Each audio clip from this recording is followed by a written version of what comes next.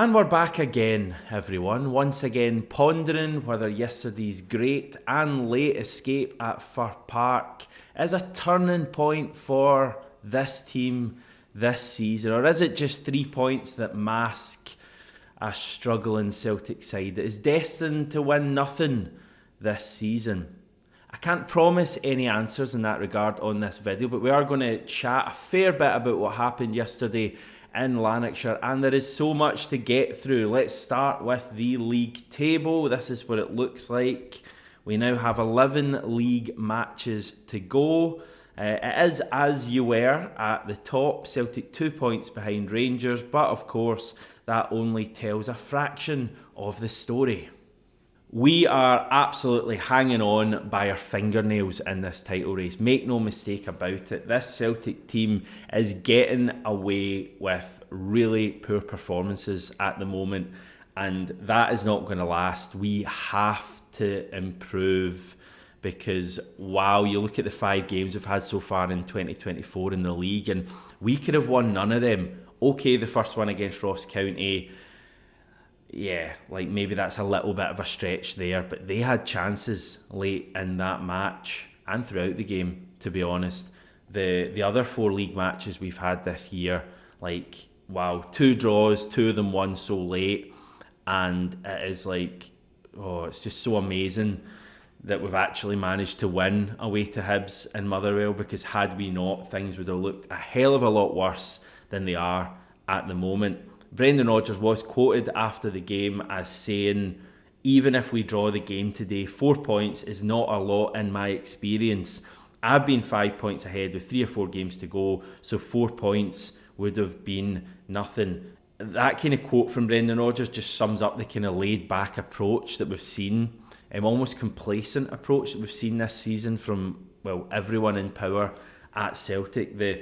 It's almost like your head in the sand type thing. Things are going to be fine. It's everyone else that's talking like nonsense about us, and everything's actually fine here. When you look at a performance like yesterday in that first half, and everything is not fine at Celtic, and like, let me repeat this, things are not going to come good unless we do something about it. And I'm praying yesterday is that game, the turning point in the season, if you will. But we've been here before. Right, I'll touch on yesterday's game first, and then we'll maybe move on to some other things said after the match. As I say, first half, extremely poor performance. You go through I was going to say the key players, but like, I don't even know if that first half team has key players at the moment. Like, you literally go through the team and they're all underperforming. Like, McGregor was really poor again. Matt O'Reilly was like really poor again. Kyogo was just so quiet again. His first actual involvement in the game was he ran on to like a kind of lobbed pass and ran through to kind of between 2 Motherwell defenders, and I kind of took note and went, right, that's Kyogo's first kind of mention we've had of Kyogo in the game. 32 minutes into the match that was. So that summed up where he is, and he didn't even come out for the second half, although there may be some sort of injury there.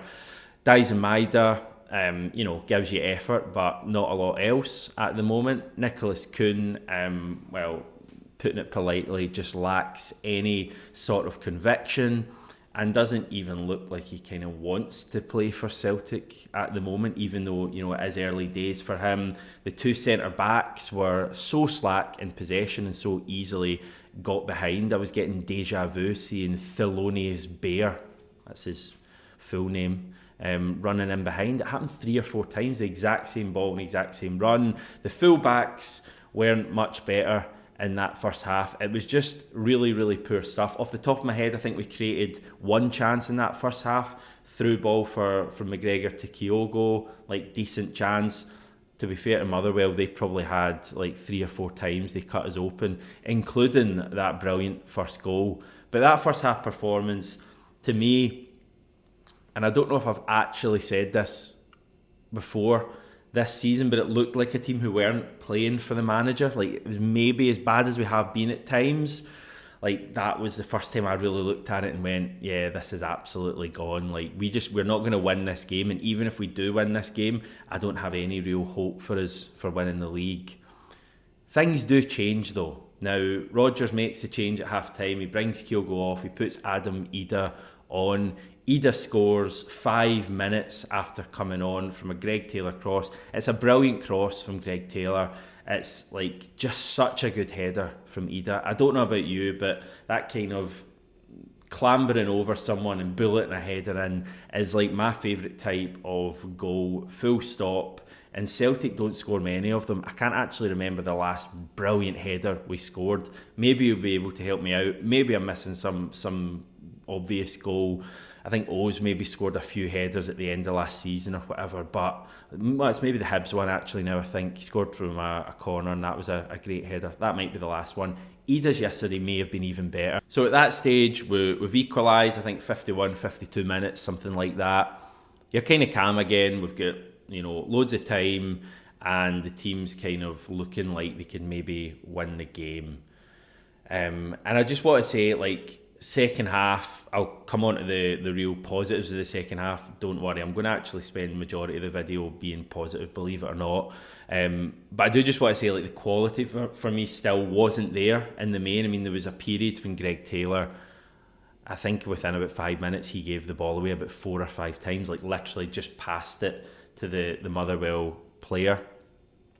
McGregor still wasn't great. O'Reilly still wasn't the player we know he can be. So it was still, like, quality-wise, pretty poor. But there were some things that changed in that second half. I thought Iwata, who for me started the game slowly, but maybe that's understandable given he hasn't played in about 8 years. He really grew into the game in the second half. I thought he was actually probably our kind of that team that started the match, he was probably the best player yesterday, and I felt he was really, really running that game when Rodgers decided to take him off with about like 12 minutes to go. And I know like that there was boos for that sub, and I know people maybe look at the fact that it was Iwata's first game back, and personally I would have kept him on, but look, we won the game, and like obviously Rodgers made the right sub because we scored 2 late goals. But Iwata was good and really came on to a game. Carter Vickers came back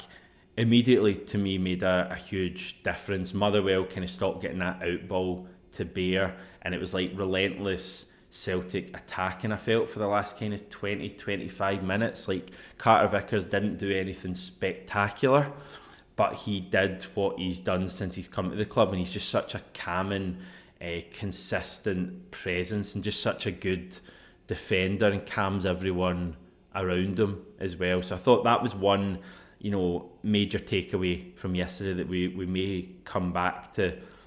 And yeah, the second half performance was still lacking in quality for me. Obviously the goals were real quality, but there was a real desire from the team to win that game, and I thought that was pretty telling. And it is different to Easter Road, where we won the game through 2 penalties. Yesterday we won the game because we actually worked goals, and we definitely deserved to win that game in the end. When you look at like the 2 chances Maida missed and like the other opportunities we had, we definitely deserved to win that game. But it was like the way it arrived late on. I think in Idah we've found a player who isn't like being held back by the kind of overwhelming sense of doom that is surrounding the team at the moment. Like, you look at his fellow January signing, Nicholas Kuhn, and as I say, I'm not going to go for Kuhn because he is just here. I'm certainly not totally writing him off, but he just looks like terrified right now to play for Celtic. Like, whenever he gets his ball, the ball, there's no conviction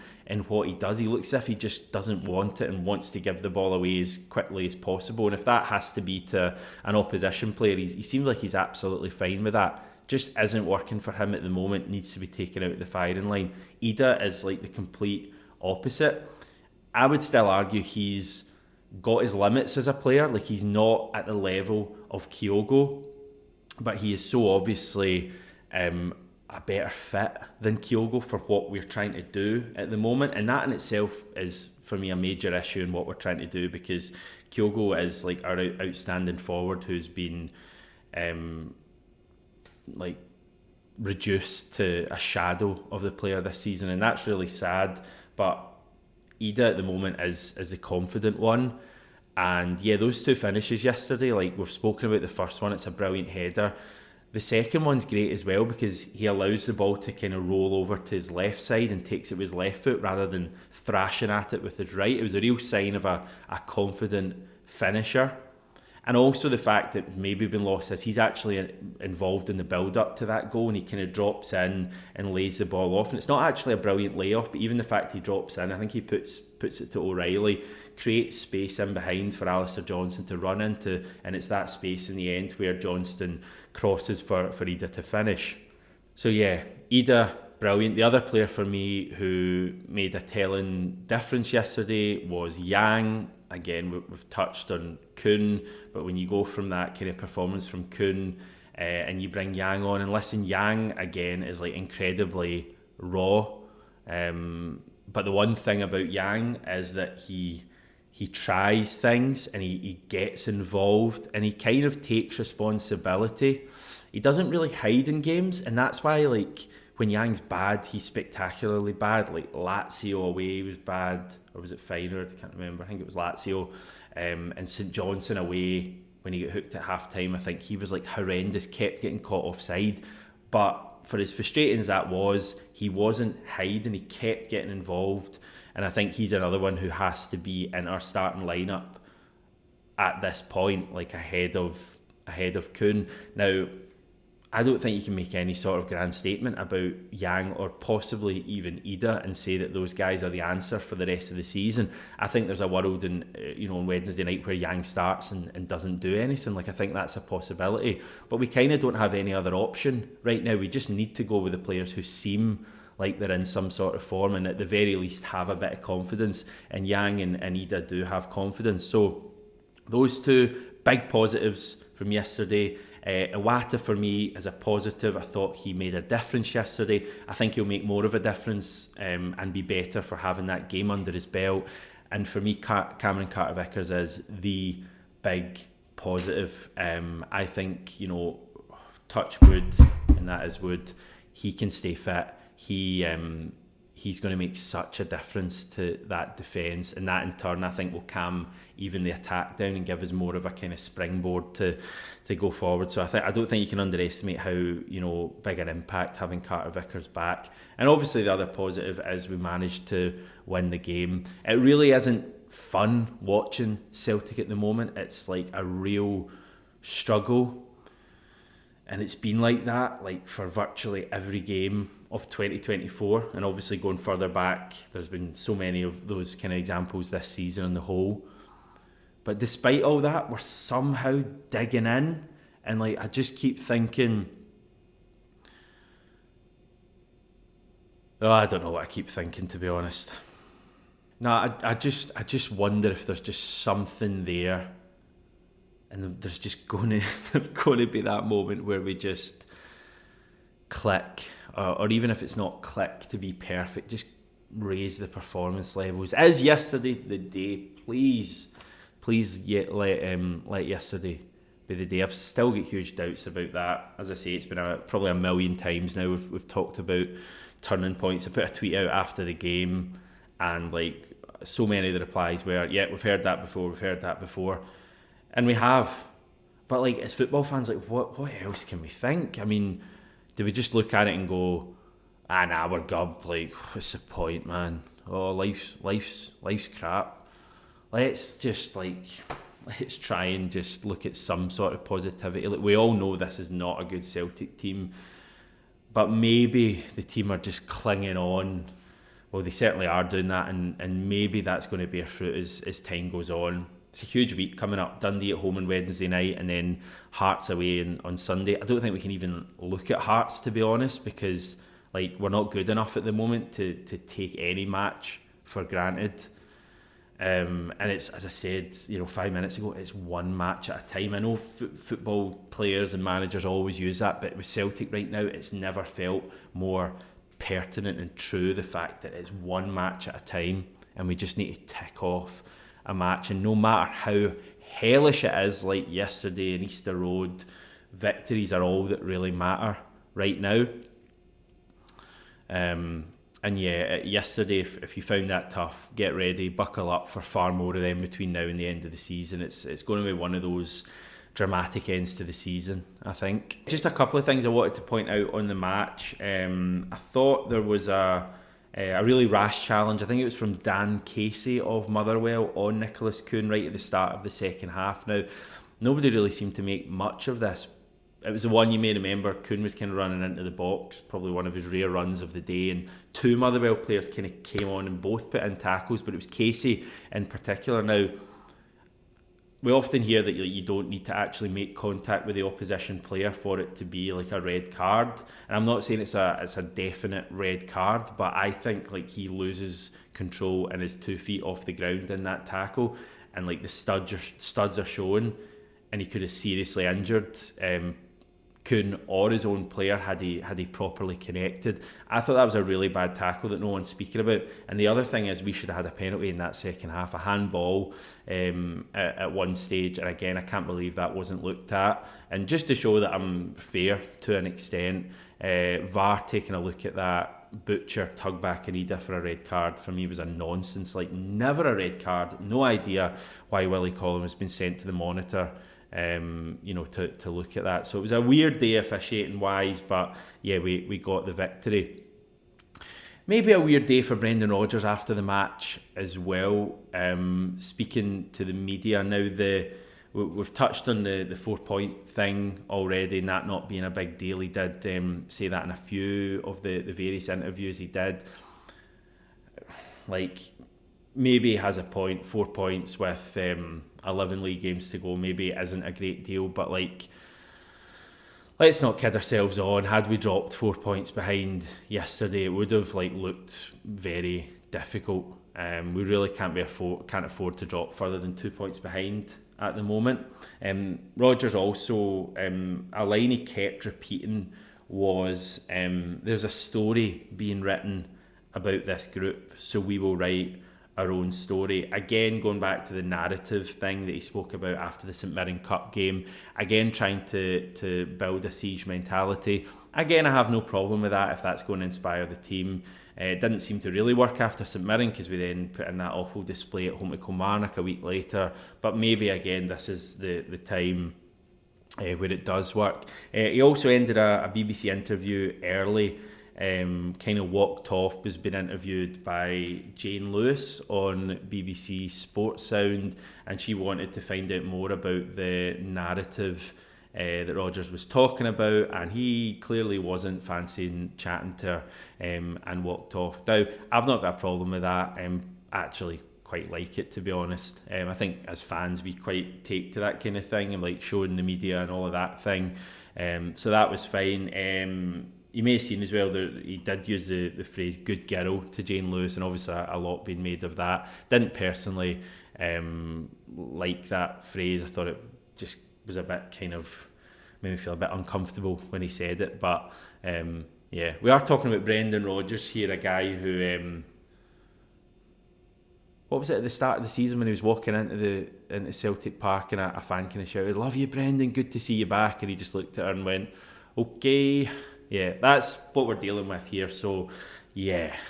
Okay, quick look on Instagram, which is where the players tend to share their kind of really brief thoughts and funny stuff and serious stuff after the match. Alistair Johnson, "No context football" was his caption, and shared that image of him and Cameron Carter-Vickers getting up to something there on the very poor Fir Park turf. Cracking image, shows what it means there. We also had this from Lewis Palmer. Now, you may have seen that he took his top off when he scored our third goal clincher. It had the message "Fuerzas Ellis," and that relates to Albert Ellis, the Honduran who remains in an induced coma after suffering a head injury when playing for Bordeaux at the weekend. So obviously something very serious happening there. His compatriot showing support. That message basically translates as "stay strong," I'm told. So yep. And finally, Adam Idah, our match winner, posted saying, "Enjoyed today, massive thank you to the away end." So yeah, my conclusion for all of this is that we live to fight another day, but this really has to get better. We're not going to keep getting away with it. Things have to get better if we're going to win this league. Having said that, yesterday could be a major moment. I think maybe the thing that's slightly different to the Hibs one a few weeks ago is that like we do have a couple of players now that you can maybe look at and go, right, they could maybe make a bit of a difference. Obviously Carter Vickers, as I've said, I think big one. You know, Idah now is going to be really confident. Iwata looked good generally, and maybe Yang as well, so that there's maybe more bright sparks there than there were after that Hibs game. So that's the kind of positivity that I'm holding on to, but like you just don't know with this Celtic team. As I say, we've got a big game on Wednesday night coming up. It would be amazing just to see them click into gear and put in a really good performance and really give us that belief. The support are still so behind the team. I thought the support at Fir Park yesterday were outstanding. The full-time celebrations were brilliant. That's not a support that I've given up in this team as much as their frustration. We're all fully behind the team, and hopefully they can repay us and keep winning. And yeah, if we keep winning, we'll win the league. Like, we've got to remember that it's still in our hands. We don't rely on any favours from anywhere. If we win our games, we'll win the league. We're not going to win all our games playing like that, that's what I would say, but you know, we move forward. Final thing I wanted to mention today, what is the date today? It's the 26th of February. It's exactly 1 year since we beat Rangers 2-1 at Hampden Park to win the League Cup last season, obviously the first of 3 trophies. That year it was an incredible, nerve-wracking day, but yeah, an amazing one. And as you can see, yeah, fantastic celebrations that day. Yes, this team is a million miles away from that team, but maybe, just maybe, we'll have more of those glorious kind of celebrations to look forward to between now and the end of the season. Have a great Monday, everyone. I'll chat to you tomorrow.